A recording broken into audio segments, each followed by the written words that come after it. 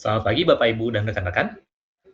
Kami ingin mempresentasikan hasil analisis paper VESTA, Exploiting Library Vulnerability via Migration-Based Automating Test Generation. Sebelumnya, izinkan kami memperkenalkan diri terlebih dahulu. Nama saya Muhammad Jibril Ibrahim, teman saya Rifki Alfarizi, dan teman saya Naika Gana Subrata. Vulnerability di library menciptakan masalah triage. Saat sebuah CV diumumkan, maka suatu maintenance harus memutuskan apakah perlu diupdate, apakah harus tunda dulu. Keduanya masing-masing memberikan resiko yang masing-masingnya. Namun, secara data, kita menemukan bahwa 96% software mengandung kode open source, 73% project dengan dependensi rentan ternyata sebenarnya aman, dan 1% package punya call path yang reachable ke kode rentan. Nah, dua kondisi agar library vulnerability bisa diexploit, yaitu adalah reachability dan triggerable input. Reachability artinya user bisa mencapai flow path yang memanggil vulnerable function, dan hal ini sudah ditangani menggunakan SCA tools, Static Dynamic Call Graph Analysis. Dan yang kedua, triggerable input, itu adalah user bisa memberikan crafted input yang memenuhi trigger condition dari vulnerability. Nah, ini yang masih banyak belum ditangani, dan inilah yang ditujui oleh VESTA. Nah, pendekatan yang dilakukan oleh VESTA yaitu pendekatan yang sudah ada saat ini hanyalah fokus ke reachability, bukan ke triggerability. Contohnya dependency based SCA, yaitu hanya mencocokkan versi terinstall dengan database CVE, statistical graph analysis, membangun statistical graph, dan cek reachability ke full function, namun ini masih sangat over approximation, tidak sesuai dengan runtime behavior.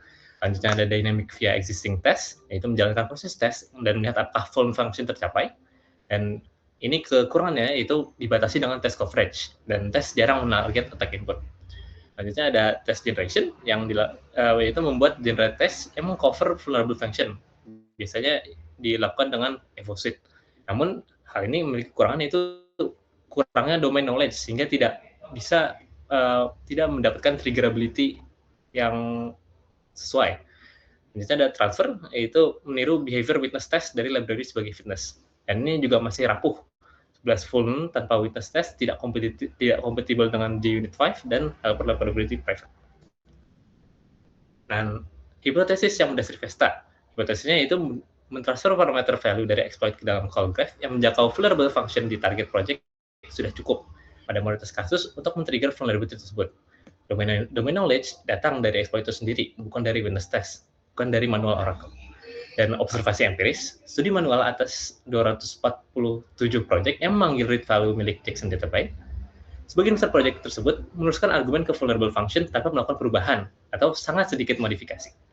Sehingga ini menggeser problem untuk lebih berat daripada input sintesis menuju ke input migration.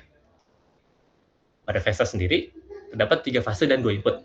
Inputnya itu adalah target project, bisa berbentuk binary dan test, dan exploit kode dari CVE.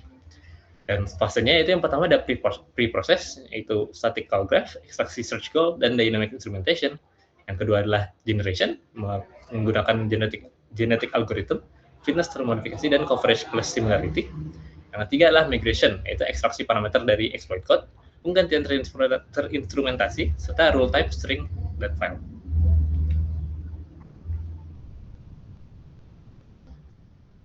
Oke, selanjutnya adalah proses pre-processing dari VESTA, yakni ada ekstraksi, search goal, dan juga call graph. Nah, jadi di VESTA ini sebenarnya kita melakukan analisis. Yang pertama ada static analysis, yang kedua ada dynamic analysis. Untuk static analysis, kita mencari search goal-nya. Yang pertama kita mencari entry function, yakni public method paling atas dari static call graph-nya, yang menjangkau si vulnerable function yang ada di library-nya. Lalu yang kedua ada entry class, yakni mengarahkan EvoSuite ke tes yang disintesis. Jadi VESTA ini menggunakan test generation EvoSuite yang dimodifikasi.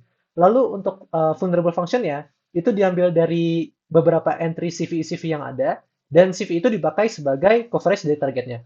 Lalu yang kedua, kita juga bisa membangun dynamic call graph-nya. Jadi dia dynamic analysis, jadi dia akan mengecek apakah library tersebut mengandung test case yang ada atau belum. Kalau misalkan sudah ada test case yang dia mengcover vulnerable function ya, dia akan mengkompilasi test case tersebut dan menjalankan invocation chain-nya. Sedangkan kalau misalkan tidak, Javasys akan push sebelum setiap call, lalu dia akan pop, lalu dia akan melakukan snapshot stuck saat full functionnya di hit.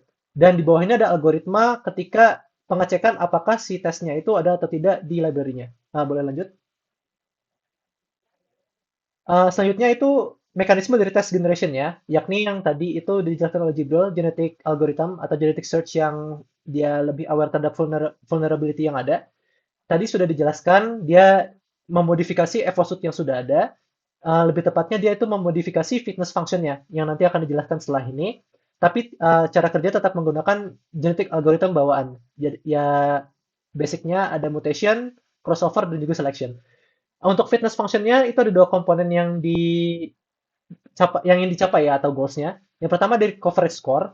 Jadi metric breach design standar dari evosut itu di-anchor dari vulnerable function sebagai coverage target. Jadi dia bakal ngecek apakah test case yang ada itu akan dia akan ngecek coverage apakah test case-nya itu mengcover si vulnerable function-nya. Ya kurang lebih gitu. Lebih tepatnya itu menjangkau si vulnerable function-nya, sorry. Terus untuk yang similarity score-nya, dia bakal ngecek apakah test case yang dimutasi atau parameter yang dimutasi itu mirip dengan test case aslinya. Kurang lebih seperti itu. Untuk rumusnya itu bisa dilihat di bawah ada score test, dia coverage goal-nya ditambah similarity score dari parameternya. Oke, lanjut.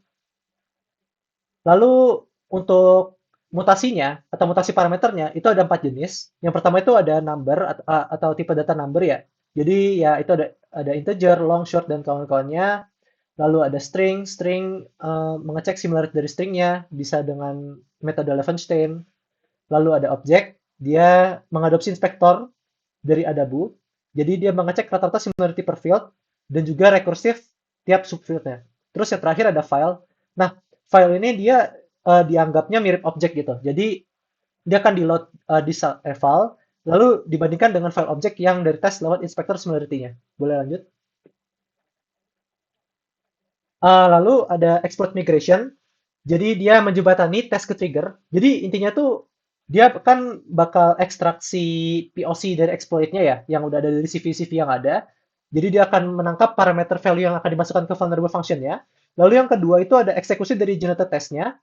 Jadi dia akan menjalankan tes hasil dari evosut-nya. Terus dia bakal identify entry function yang ada di chain yang ada atau si call graph-nya gitu. Lalu step yang ketiga, ya udah kita bisa ganti argumen entry function-nya dengan exploit value tadi yang udah didapat. Lalu kita bisa capture apa aja yang sampai ke vulnerable function-nya gitu. Ya udah, yang terakhir kita bisa verify si chain-nya atau kita trigger gitu dengan cara kita observe si behavior dari parameter tadi. Kalau misalkan cocok, ya berarti exploit-nya confirm gitu. Oke, boleh lanjut.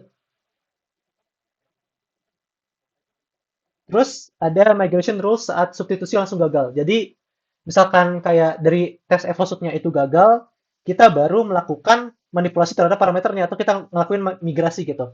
Jadi yang pertama itu ada type conversion.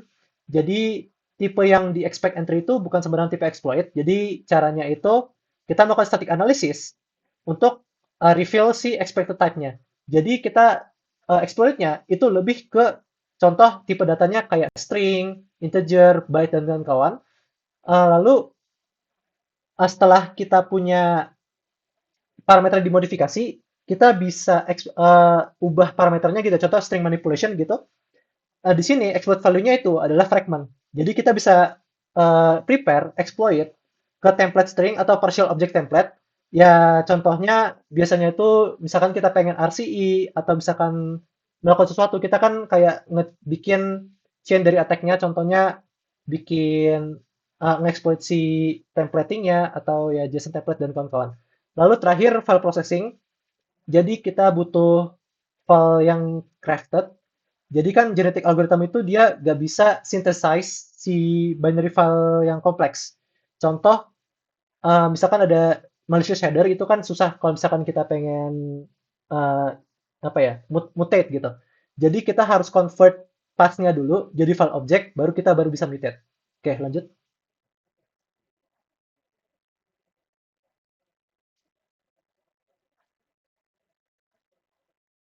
Oke, Selanjutnya ada pemetaan tipe vulnerability ke sinyal yang detectable ya. Jadi ada 5 tipe yang dites oleh paper, hanya 5 tipe mereka klaimnya. Yang pertama itu ada DOS, yakni ya mereka ngetes apakah ada unthought exception atau infinite loop, dan ternyata di datasetnya itu ada 9 vulnerability yang ditemukan. Lalu ada RCE atau remote code execution, mereka itu ngetes lebih ke localhost apakah dia menerima trusted request-nya atau tidak. Ditemukan 6 vulnerability. Terus ada wrong behavior, jadi dia ngetes apakah fungsinya itu mengembalikan output yang salah tanpa exception. Itu ada 8 vulnerability. Lalu sisanya mereka ngetes injection, ada XTL dan juga XXE. Jadi ya dari all dia juga mencakup top 10 CWE tahun 2022. Jadi hanya CSRF dan XSS yang masih butuh manual trigger inspection. Oke, boleh lanjut ke Refki kalau gitu. Baik, terima kasih Naya Kagana atas penjelasannya. Lalu di sini saya akan menjelaskan bagaimana paper ini melakukan evaluasi pada uh, percobaannya. Di sini untuk datasetnya mereka menggunakan 30 vulnerability dan yang terdapat pada 18 library. Dan pada 30 vulnerability tersebut ada 30 pasangannya yang digunakan sebagai kontrol, di mana 30 pasangan kontrol tersebut merupakan menggunakan scope pada bagian project yang tidak ada vulnerability-nya. Lalu digunakan juga 5 kelas vulnerability yang sudah dijelaskan pada slide sebelumnya dan 4 parameter tipe yang juga sudah dijelaskan oleh rekan saya sebelumnya. Lalu untuk metodologinya di sini dibandingkan dengan baseline metode transfer, yaitu menggunakan metodologi vulnerability witness test sebagai fitness oracle. Lalu untuk protokolnya ada 10 run per project. Jika suksesnya lebih dari 5, maka metode ini dianggap operatif. Lalu untuk setiap run itu hanya 60 detik per test generation dibatasin.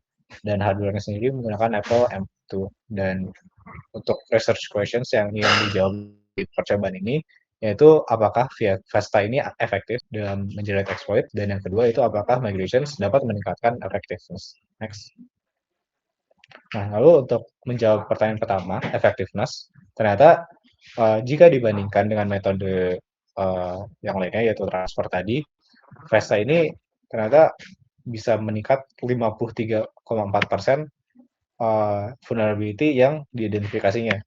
Dan ya itu sama aja 43 dari 60 vulnerability yang tadi disampaikan. Dan yang menariknya lagi itu tidak ada false positive atau false alarm yang ditemukan pada percobaan ini. Jadi meskipun terjadi peningkatan dari banyak vulnerability yang diidentifikasi, tapi tidak ada false positive yang ditemukan. Jadi peningkatan ini memang menunjukkan keefektifannya, bukan karena semata-mata misalkan VESA ini lebih sensitif terhadap vulnerability. Oke, next.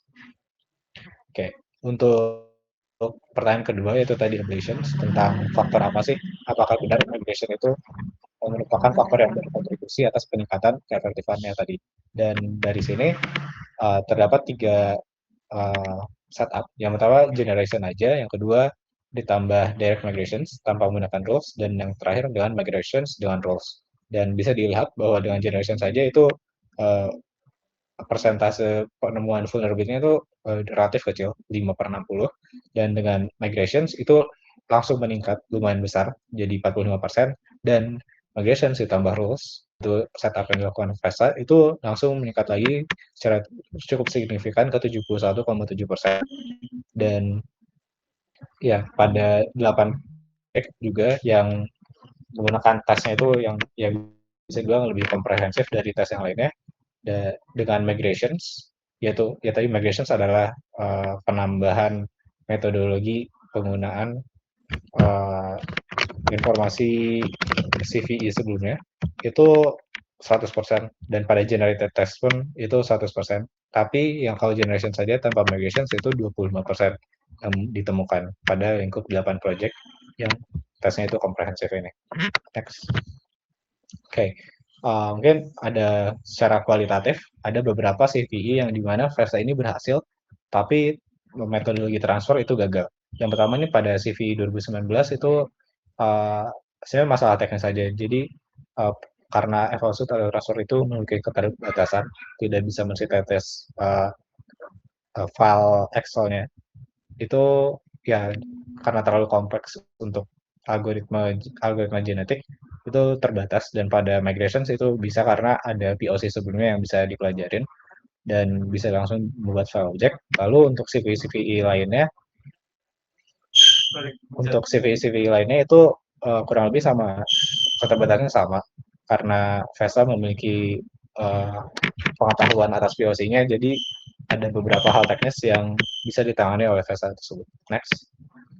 Oke, untuk keterbatasan dari metode ini, yang pertama ada external validity, itu masalah eksternal, seperti pemilihan dataset yang masih manual, exploit code-nya masih harus yang public, terus cuma bisa dilakukan pada Maven atau bahasa Java aja, dan juga class trigger-nya tadi vulnerability-nya baru 5 doang, dan untuk vulnerability lain masih butuh manual. Lalu untuk internal validity, seperti tadi masalah build analysis failure itu ada beberapa project yang nggak bisa di tes karena masalah teknis seperti compilingnya. Lalu ada coverage gating, ya ada beberapa bagian yang contohnya ini Java Algorand SDK itu ada format check sehingga menolak value dari genetic algorithm sebelum fungsinya tercapai, jadi ya coveragenya nggak maksimal. Lalu genetic algorithm yang dipakai itu kan sifatnya stochastic, jadi ya di paper ini sebenarnya dia melakukan mitigasi dengan melakukan 10 run, dan kalau ngecek lebih dari 5 sukses itu dianggap sukses, cuman ya metode ini bisa dibuat lebih prediktif aja. Next. Oke, jadi kesimpulannya migration based exploit generation ini mampu menutup gap triage dari static code analysis. Jadi secara konseptual adanya pergeseran dari yang sebelumnya pada transfer misalkan witness test code behavior ke direct exploit parameter migrations. Jadi domain knowledge yang datang dari exploit-nya itu sendiri. Lalu secara teknis, witness evaluate itu bisa di-extend dengan uh, parameter similarity per type, lalu runtime migrations berdasarkan Java Access dengan rule type, string file, atau yang lainnya. Lalu secara empiris, dengan Vesta ini ternyata memang secara signifikan meningkatkan keefektivitasan penemuan vulnerability pada project, dan juga untuk terakhir mungkin feature work-nya bisa evaluasi, skala percobaannya bisa dibuat lebih besar, pipeline-nya nggak cuma Java doang, bisa bahasa lain, dan juga mungkin bisa ditambah dengan bantuan LLM, sehingga tidak perlu untuk public CVE, jadi minta bantuan LLM untuk domain knowledge-nya.